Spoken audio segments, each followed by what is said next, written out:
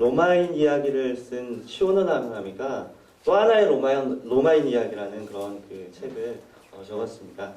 그 책에 보면 어떤 얘기가 나오냐면 마지막 부분에 고대 로마의 영광을 가져다준 그 영웅들에 대해서 평가해 놓은 그런 점수가 있습니다. 여러 영웅들을 열거해 놓고 그 한 사람 한 사람에 대해서 5가지 항목을 가지고 평가를 합니다. 그래서 그 영웅들 중에는 폼페이오스도 있고 카이사르, 키케로, 브루투스, 안토니우스, 아우구스투스 여러 사람들이 등장을 합니다. 그래서 그 많은 영웅들을 지적 능력, 그리고 설득력, 육체적 내구력, 자기 제어 능력, 지속하려는 의지 이 5항목으로 점수를 매겨놨습니다. 그리고 그 중에서 가장 높은 점수를 받은 것이 카이사르입니다. 카이사르는 로마의 그런 영웅들 중에서 유일하게 전 항목에서 100점을 받았습니다. 최고의 평가를 받은 것이죠. 가장 돋보이고 가장 뛰어나고 가장 로마를 영광스럽게 한 인물로 카이사르를 뽑고 있는 것입니다. 카이사르를 통해서 로마가 영광을 얻었고 또 사람들은 그 카이사르와 같은 영광을 가져다줄 영웅을 기다리고 있는 것입니다. 사람들은 영웅을 찾습니다. 그리고 그 영웅이 자신들에게 영광 가져다 주기를 바랍니다. 결국 사람들은 영웅을 통한 영광에 관심을 가지고 있는 것이죠. 오늘 본문에 보면 명절에 예배하러 올라온 사람들 중에 몇 명의 헬라인들이 예수님을 찾았습니다.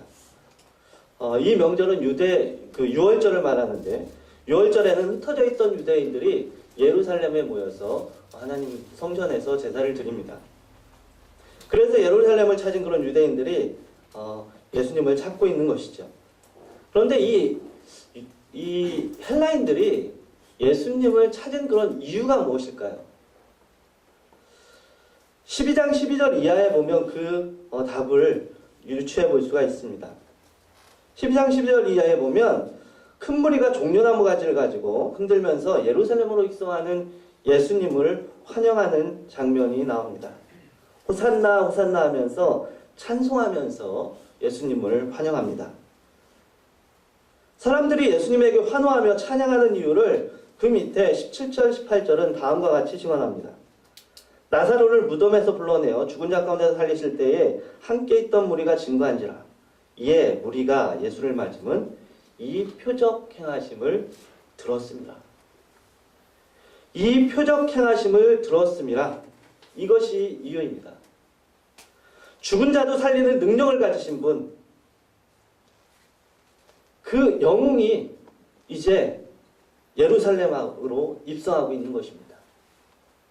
그 영웅적인 분이 이제는 로마의 압제에서 이스라엘 백성들을 구원해 줄 것이고 다시금 이스라엘의 영광을 가져다 줄 그런 영웅으로 우뚝 쓸 것을 기대하면서 사람들은 그렇게 환영하고 찬양하는 것이죠.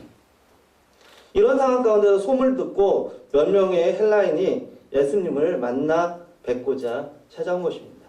그들의 관심은 무엇이었을까요? 그들도 역시 무리들과 별반 다르지 않은 것 같습니다. 이분에게서 다시금 이스라엘의 영광을 볼 수 있을 것인가? 이들이 찾아왔다는 이야기를 듣고 예수님께서 말씀하십니다. 인자의 영광을 얻을 때가 왔도다. 예수님께서도 영광에 대해서 말씀하십니다. 무리들도 이 헬라인도 그리고 예수님도 영광에 대해서 관심을 가지시고 영광에 대해서 말씀하고 계시다는 사실입니다. 그런데 이 예수님께서 말씀하시는 영광은 무리들이 생각하는 영광과 다릅니다. 예수님의 영광은 하나님의 영광과 밀접하게 관련되어 있습니다. 오늘 본문 28절에 보면 예수님께서 이렇게 말씀하십니다. 아버지여 아버지의 이름을 영광스럽게 하옵소서 하시니 이 하늘에서 소리가 나서 가로되 내가 이미 영광스럽게 하였고 또다시 영광스럽게 하리라 하신대. 예수님께서 아버지의 이름을 영광스럽게 하옵소서라고 얘기합니다. 그런데 좀 전에 본 23절에서는 인자의 영광을 얻을 때가 왔도다. 인자의 영광을 얻는 것과 아버지의 이름이 영광을 얻는 것과 예수님에게는 그것이 다르지 않다는 것입니다.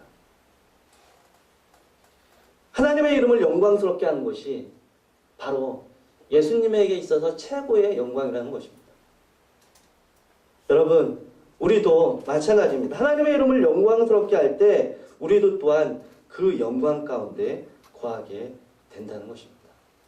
그러면 우리가 어떻게 하나님께 영광을 돌릴 수 있을까요? 오늘 본문은 우리에게 하나님께 영광을 돌릴 수 있는 그 길을 말씀을 통해서 보여주십니다. 먼저 하나님께 영광을 돌리기 위해서 썩어지는 한 알의 밀알이 되라고 말씀하십니다. 24절 말씀, 내가 진실로 진실로 너희에게 이르노니 한 알의 밀이 땅에 떨어져 죽지 아니하면 한 알 그대로 있고 죽으면 많은 열매를 맺느니라. 여러분, 왜 열매를 맺지 못할까요? 썩어지지 않기 때문에.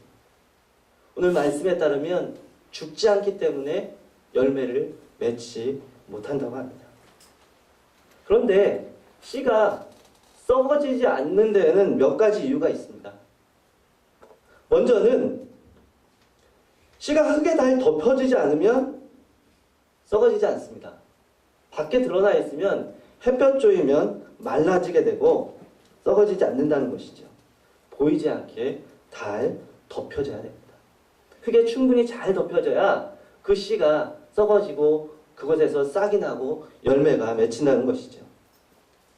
여러분, 우리가 덮여져서 우리의 모습이 드러나지 않으면 썩어져서 없어지는 것 같습니다. 하지만 잘 썩어진 밀알이 그 밀알과 같은 수많은 열매를 맺는다는 사실을 기억해야 됩니다. 없어진 줄 알았는데, 그 씨앗의 모습이 없어진 줄 알았는데 죽어지고 보니까 나중에 열매 맺힌 모습이 그 씨앗과 똑같은 모습이다라는 것입니다.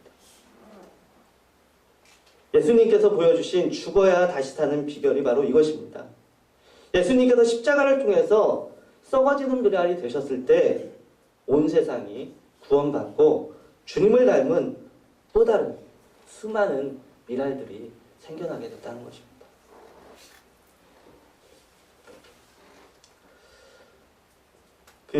요즘 성경 공부를 하고 있는데 청년들도 직장 청년부는 신약의 인물 성경 공부를 하고 있습니다.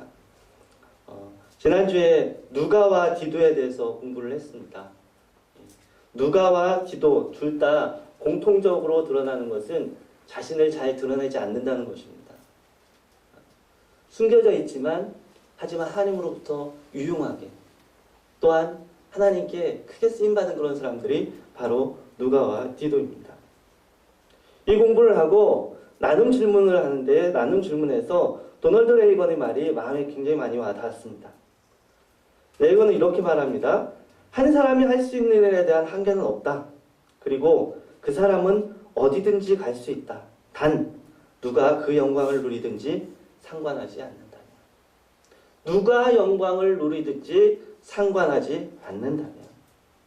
여러분, 우리가 정말 누가 영광을 누리든지 상관하지 않는다면 우리를 통해서 많은 열매를 맺을 수 있지만 자기가 드러나기를 원하고 흙 속에 덮여지는 것을 두려워한다면 한계에 부딪혀야 될 것이라는 것입니다. 충분히 덮여지고 자신을 드러나지 않을 때 오히려 그것을 통해서 많은 열매를 거두게 된다는 것이죠. 또 한 가지 씨가 썩어지지 않는 이유는 씨를 싸고 있는 것이 많이 있으면 그것이 썩어지지 않습니다. 씨를 겉을 많이 싸서 그것을 땅에 묻으면 씨는 썩지 않습니다. 흙과 접촉하는 면이 없기 때문이죠. 그 쌓여져 있는 것들을 하나하나 제거해 나갈 때 결국 그 씨가 싹을 트게 되는 것입니다. 여러분, 강팍함과 딱딱한 마음이 있으면 우리 가운데 열매가 없습니다. 우리의 마음 가운데 이 딱딱함들, 그것들을 벗어버리고 부드러운 마음이 될 수 있도록 기도해야 되는 것이죠. 주일 말씀에 자기 부인에 대해서 말씀을 들었습니다. 자기를 부인하는 것은 다름이 아니고 믿음으로 살아가는 것을 말한다고 말씀을 들었습니다. 흙은 말씀과 같습니다. 죽는다는 것은 내 자신이 드러나지 않고 정말 말씀에 잘 덮이고 말씀이 잘 들어오도록 자신의 꺼풀들을 벗어버리고 믿음으로 그 말씀에 순종하며 나아가는 것을 말합니다. 우리의 본성이 정말 주님께서 원하시는 그 방향과 또 말씀과 충돌할 때가 많이 있습니다. 그럴 때 나의 본성을 죽이고 하나님의 말씀을 선택하고 믿음을 선택하는 것입니다. 때로는 하고 싶지 않아도 주님께서 말씀하시니 말씀에 순종해야 하겠습니다. 때로는 하고 싶지만 하나님께서 말라 하시니 멈추겠습니다. 그것이 바로 죽는 것입니다. 테스코라는 학자는 말합니다. 온전한 그리스도의 인격을 닮은 삶을 살기 원하는 신자는 자신의 오만하고 이기적인 자를 포기해야만 한다. 자신 속에 있는 고결한 것들이 영생 안에 보존되기를 원한다면 세상의 기준에 따라 살아오던 자기중심적인 삶의 태도를 과감하게 내어버려야만 한다. 자기중심적인 삶의 태도를 과감히 내어버리고 하나의 미랄로 믿음으로 순종하여서 썩어질 때 열매를 맺게 되고 그것을 통해서 하나님께 영광을 돌리게 됩니다. 두 번째, 하나님의 영광을 돌리려면 예수님이 있는 곳에 있으면 된다고 말씀합니다. 오늘 본문 26절을 한번 같이 읽겠습니다. 사람이 나를 섬기려면 나를 따르라. 나 있는 곳에 나를 섬기는 자도 거기 있으리니 사람이 나를 섬기면 내 아버지께서 저를 귀히 여기시리라. 여기에 보면 예수님을 섬기면 하나님께서 귀히 여기신다고 말씀합니다. 그런데 예수님을 섬기려면 예수님을 따라야 되고 예수님을 잘 따르려면 예수님 계신 곳에 있어야 잘 따르고 섬길 수 있다고 말씀합니다. 그렇다면 예수님을 따르고 제대로 섬기려면 우리의 관심은 예수님이 과연 어디에 계신가? 그곳에 관심이 있어야 된다는 거죠. 여러분, 어디에 예수님이 계실까요? 사실 예수님이 머무시는 곳은 우리의 마음을 때로 불편하게 하는 곳이 많습니다. 부담을 주는 곳이 많습니다. 왜냐하면 많은 경우 예수님이 계신 곳은 헌신을 요구하는 곳이기 때문입니다. 십자가를 요구하는 것이기 때문입니다. 시간을 내야 되고 낮아져야 되고 섬겨야 되고 십자가를 져야 되고 그러한 곳이 바로 예수님께서 머무시는 곳이라는 거죠. 저희 이한교회에서 몇 년 동안 그 인자양성 사역을 해오고 있습니다. 인자양성 사역을 하는데 선생님들이 얼마나 헌신적으로 열심히 감당하시는지 참 감동이 됩니다. 시간을 내시고 최선으로 준비하고 아이들을 사랑으로 보듬어 주십니다. 이렇게 열심히 최선을 다해서 하는데 하지만 아이들이 항상 말을 잘 듣는 것이 아닙니다. 잘 나오는 것도 아닙니다. 때로 한 아이가 나오기도 하고 그나마 안 나올 때도 있습니다. 더딘 것 같고 정말 때로는 낙담자기도 합니다. 하지만 그곳에 주님의 마음이 머물고 있음을 압니다. 그래서 선생님들이 그 자리를 지킵니다. 아이들이 한 명이 와도 때로 안 와서 1시간 내내 그냥 기다리고 있다가 가도 하나님의 마음이 주님의 마음이 그곳에 머물고 있다는 것들을 알고 있기 때문에 그것을 감당하고 그 자리를 지키고 있는 것입니다. 그러기에 그곳에 열매가 나타나고 하나님의 영광이 드러나게 되는 것이죠. 여러분, 우리의 마음은 어디에 머물러 있습니까? 우리가 거하는 곳에, 우리가 머물러 있는 곳에 예수님이 계십니까? 우리 주님, 예수님의 시선이 머물러 있는 곳, 예수님의 마음이 가 있고 예수님의 임재가 있는 곳에 우리가 그곳에 있다면 그곳이 하나님께서 영광 받으시는 그 자리라는 것입니다. 마지막으로 하나님께 영광 돌리기 위해서 하나님께서 우리에게 맡겨주신 일에 집중하라고 말씀합니다. 즉 사명감을 회복하는 것입니다. 27절 말씀에서 이렇게 얘기합니다. 지금 내 마음이 민망하니 무슨 말을 하리요. 아버지여 나를 구원하여 이때를 면하게 하옵소서. 그러나 내가 이를 위하여 이때에 왔나이다. 십자가를 앞두고 예수님의 마음이 무겁고 어렵습니다. 예수님도 십자가가 힘듭니다. 예수님에게 있어서 십자가는 육체적인 고통뿐만이 아닙니다. 그거보다 더 큰 고통은 그 십자가상에서 하나님과의 단절을 경험한다는 것입니다. 그러기에 예수님도 힘듭니다. 이 힘든 시간에 예수님 어떻게 하십니까?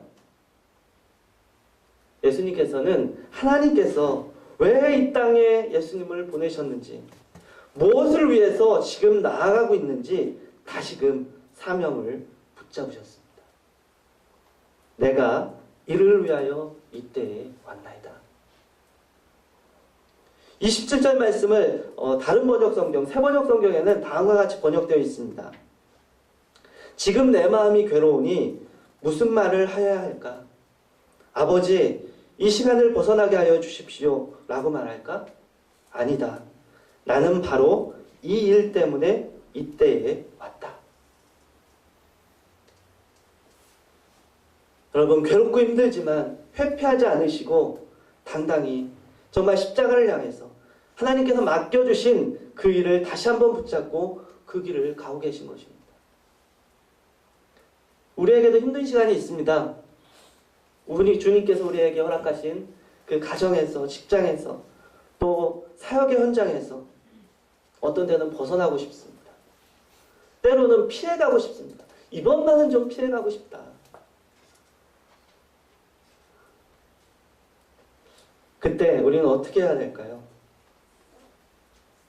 아버지, 이 시간을 벗어나게 해주세요. 주님, 이 일을 피해갈 수 있게 해주세요. 라고 기도해야 할까요? 오히려 우리는 하나님, 주님 허락하신 사명을 잘 감당할 힘을 주시옵소서. 기도해야 할 것입니다. 오스왈드 챔버스는 주님은 나의 최고봉에서 이렇게 얘기합니다. 슬픔과 고난을 당하는 성도는 그것을 막아달라고 구할 것이 아니라 도리어 극심한 슬픔을 겪는 가운데서도 하나님이 창조하신 모습을 지킬 수 있도록 보호해달라고 구해야 합니다. 주님은 자신의 위치를 받아들이고 목적을 마음 깊이 새기시며 극심한 슬픔 속에서 자기를 발견하셨습니다. 주님은 고난의 시간으로부터 구원받으신 것이 아니라 고난의 시간 속에서 구원받으셨습니다. 여러분, 지금 내가 하고 있는 일은 누가 맡겨주신 것입니까?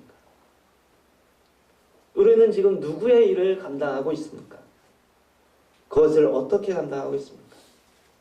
우리가 고난의 시간으로부터 벗어나고자 하는 것이 아니고 고난의 시간 속에서 자신의 위치를 받아들이고 주님께서 주신 목적을 마음 깊이 새길 때 하나님께서 영광 받으시고 우리는 하나님께 영광 돌릴 수 있게 된다는 것입니다. 베드로전서 4장 10절 11절에 말씀합니다. 각각 은사를 받은 대로 하나님의 각양 은혜를 맡은 선한 천지기와 같이 서로 봉사하라. 만일 누가 말하려면 하나님의 말씀을 하는 것 같이 하고 누가 봉사하려면 하나님의 공급하시는 힘으로 하는 것 같이 하라. 이는 범사에 예수 그리스도로 말미암아 하나님이 영광을 받으시게 하려 함이니 그에게 영광과 권능이 세세에 무궁토록 있느니라. 아멘. 마음이 무겁고 내려놓고 싶은 순간에도 나에게 내 앞에 있는 일이 주님께서 나에게 맡겨주신 그 일로 알고 사명을 다시금 묵묵히 감당할 때 하나님께서는 우리를 통해서 영광 받으십니다. 28절 예수님께서 아버지여 아버지의 이름을 영광스럽게 하옵소서 하시니 하나님께서 이렇게 말씀하십니다. 내가 이미 영광스럽게 하였고 또 다시 영광스럽게 하리라. 이 소리를 듣고 무리들은 우레가 울었다고도 하며 또 어떤 저희들은 천사가 저에게 말하였다고도 말하기도 했습니다. 이때 예수님께서 말씀하십니다. 예수께서 대답하여 가라사대 이 소리가 난 것은 나를 위한 것이 아니요 너희를 위한 것이니라. 이제 이 세상의 심판이 이르렀으니 이 세상 임금이 쫓겨나리라. 내가 땅에서 들리면 모든 사람을 내게로 이끌겠노라. 이렇게 말씀하시면 자기가 어떠한 죽음으로 죽을 것을 보이심이더라. 사실 예수님은 하나님과 늘 교제하시는 분이시기 때문에 이렇게 큰 음성이 들릴 필요가 없습니다.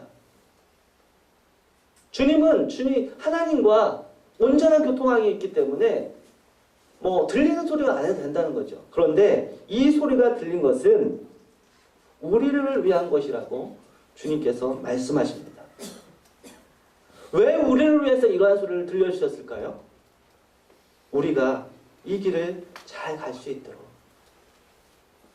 우리가 정말 이 힘들다 할지라도 십자가의 길을 할지라도 썩어져야 되는 그런 길을 할지라도 그 길을 잘 갈 수 있도록 우리를 위해서 주님께서는 말씀하시고 보여주시고 또한 친히 먼저 썩어지는 하나의 미랄이 되셔서 그 길을 걸어가신 것입니다. 그리고 지금도 우리를 위해서 기도하고 계십니다. 여러분, 주님께서도 영광에 관심이 많으십니다. 그리고 그 영광에 우리도 동참하기를 원하십니다. 그런데 내 영광 취하려고 하면 하나님 영광을 가리웁니다. 하지만 우리가 주님 가신 그 길 따라가면 오직 하나님의 영광을 위해서 살면 하나님께서 우리를 오히려 높여 주신다고 말씀하십니다. 여러분, 우리가 정말 주신 말씀처럼 십자가를 피하지 않고 십자가를 향해서 하늘의 미랄되어 당당하게 걸어가신 주님처럼 때로는 마음이 무겁더라도 때로는 내려놓고 싶더라도 주님께서 우리에게 주신 사명을 붙잡고 주님이 마음이 머무는 곳에서 하늘의 미랄로 썩어진다면 하나님께서 우리를 통해서 영광을 받으실 것이고 또한 우리 모두 주님의 영광에 동참하게 되는 복된 은혜가 있을 것입니다.